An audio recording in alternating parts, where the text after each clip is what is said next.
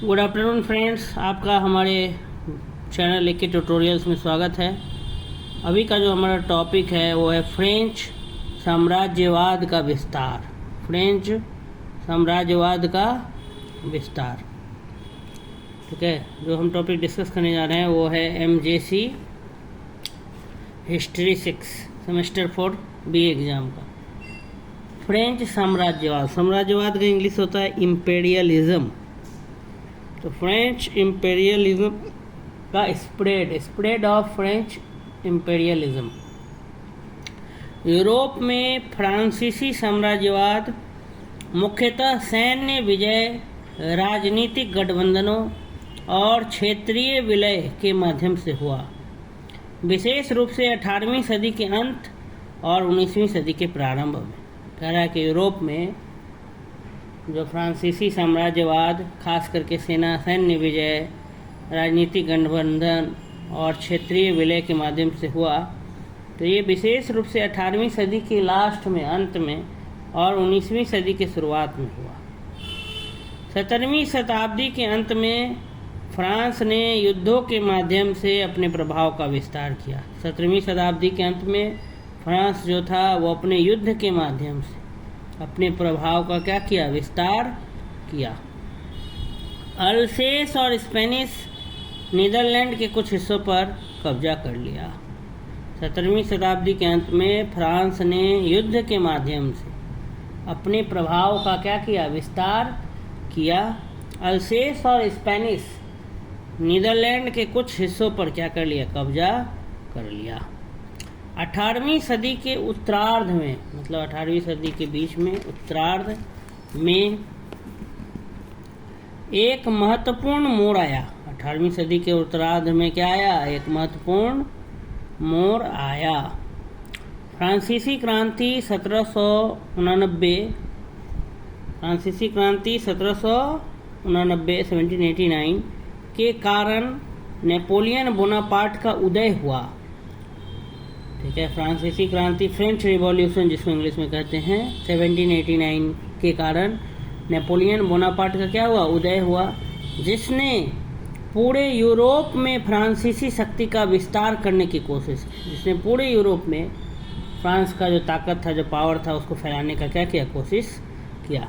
1804 से 1815 तक नेपोलियन की विजयों ने इटली, जर्मनी, स्पेन एवं अन्य देशों के कुछ हिस्सों सहित महाद्वीपीय यूरोप के अधिकांश हिस्सों पर फ्रांसीसी प्रभाव फैलाया। 1804 से लेकर के 1815 तक नेपोलियन का जो विजय हुआ, इटली पे जीत, चाहे जर्मनी हुआ या स्पेन हुआ या अन्य देश के कुछ हिस्सों सहित महाद्वीपीय यूरोप ने अधिकांश हिस्सों पर, अधिकांश जगहों पर फ्रांसीसी प्रभाव फैलाया। इसने कई ग्राहक राज्यों की स्थापना की, जैसे इटली का साम्राज्य और राइन का परिसंघ, जिससे पारंपरिक राजतंत्रों को कमज़ोर करते हुए फ्रांसीसी कानूनों और संस्कृति को क्या मिला, बढ़ावा मिला। फ्रांस में जो है पारंपरिक तौर पर राजतंत्र की सरकार होती है, मोनार्की गवर्नमेंट होता है ज़्यादातर। तो वैसे राजतंत्रों को, पारंपरिक राजतंत्रों को कमज़ोर करते हुए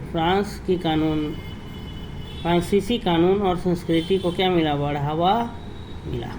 1815 में नेपोलियन की हार वाटरलू के युद्ध में होने के बाद वियना कांग्रेस का उद्देश्य यूरोप में स्थिरता बहाल करना था। 1815 में जब नेपोलियन का हार हो गया वाटरलू का युद्ध में, तो उसके बाद वियना कांग्रेस लाया गया।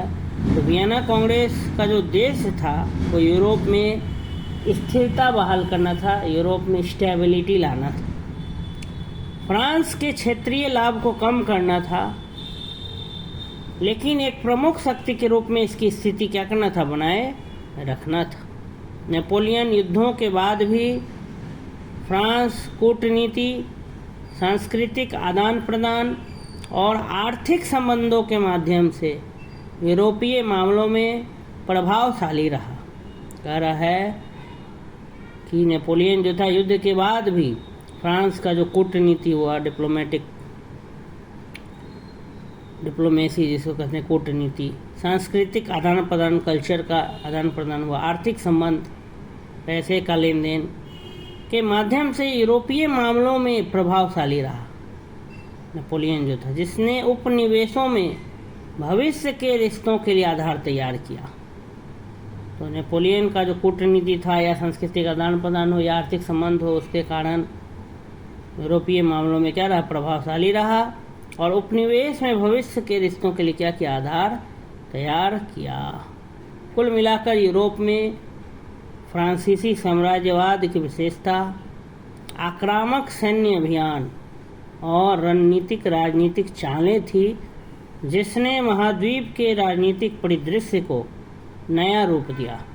कह रहा है कि यूरोप में अगर ओवरऑल देखें तो फ्रांसीसी साम्राज्यवाद की अगर विशेषता को अगर एक लाइन में कहना हो तो हम कह सकते हैं कि आक्रामक सैन्य अभियान, काफ़ी एग्रेसिव सेना का अभियान, जैसे कि नेपोलियन बोनापार्ट ने जो अटैक किया था, जब भीड़ पर गुस्साई हुई भीड़, अनियंत्रित भीड़ को अकेले संभाला था, बाद में उसी के कारण उसको सेना अध्यक्ष भी बना दिया गया था। तो कुल मिलाकर यूरोप में फ्रांसीसी साम्राज्यवाद की विशेषता आक्रामक सैन्य अभियान और रणनीतिक राजनीतिक चालें और प्लानिंग करके जो रणनीति के तहत जो पॉलिटिकल स्टंट कर सकते हैं, राजनीतिक चालें थी, उसके कारण महाद्वीप के राजनीतिक परिदृश्य को क्या मिला, नया रूप मिला। तो इस तरह से ये जो हमारा छोटा सा टॉपिक था ये यहाँ पे समाप्त हुआ। अगर आपको ये वीडियो अच्छा लगा तो मेरे चैनल को सब्सक्राइब ज़रूर करें, जिससे कि अधिक से अधिक लोगों तक मेरा वीडियो पहुँच सके। धन्यवाद।